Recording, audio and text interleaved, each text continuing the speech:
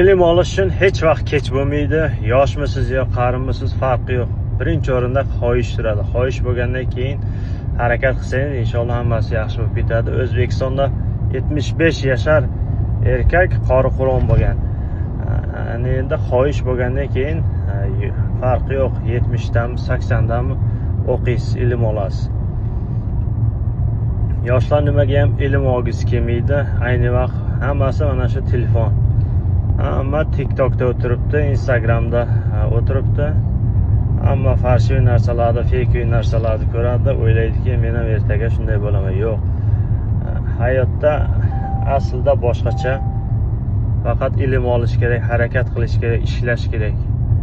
TikTokni ko'rganingiz bilan, Instagramni ko'rganingiz bilan bir narsa bo'lmaydi. Kasb o'rganish kerak. Lebi kasbni egasi bo'ldingizmi?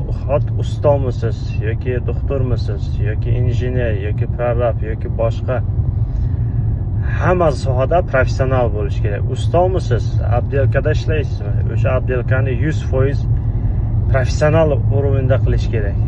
O'shanda sizning hayotingizda o'zgarish bo'ladi. Doktormisiz, Instagram, TikTok ochish kerak.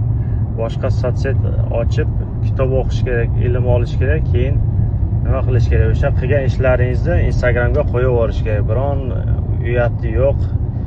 Ko'p doktorlardan eshitaman, nima qilasan qo'yib, qilgan ishingni birovga ko'rsatib, yo'q, bu xato narsa. Ko'rsatish kerak.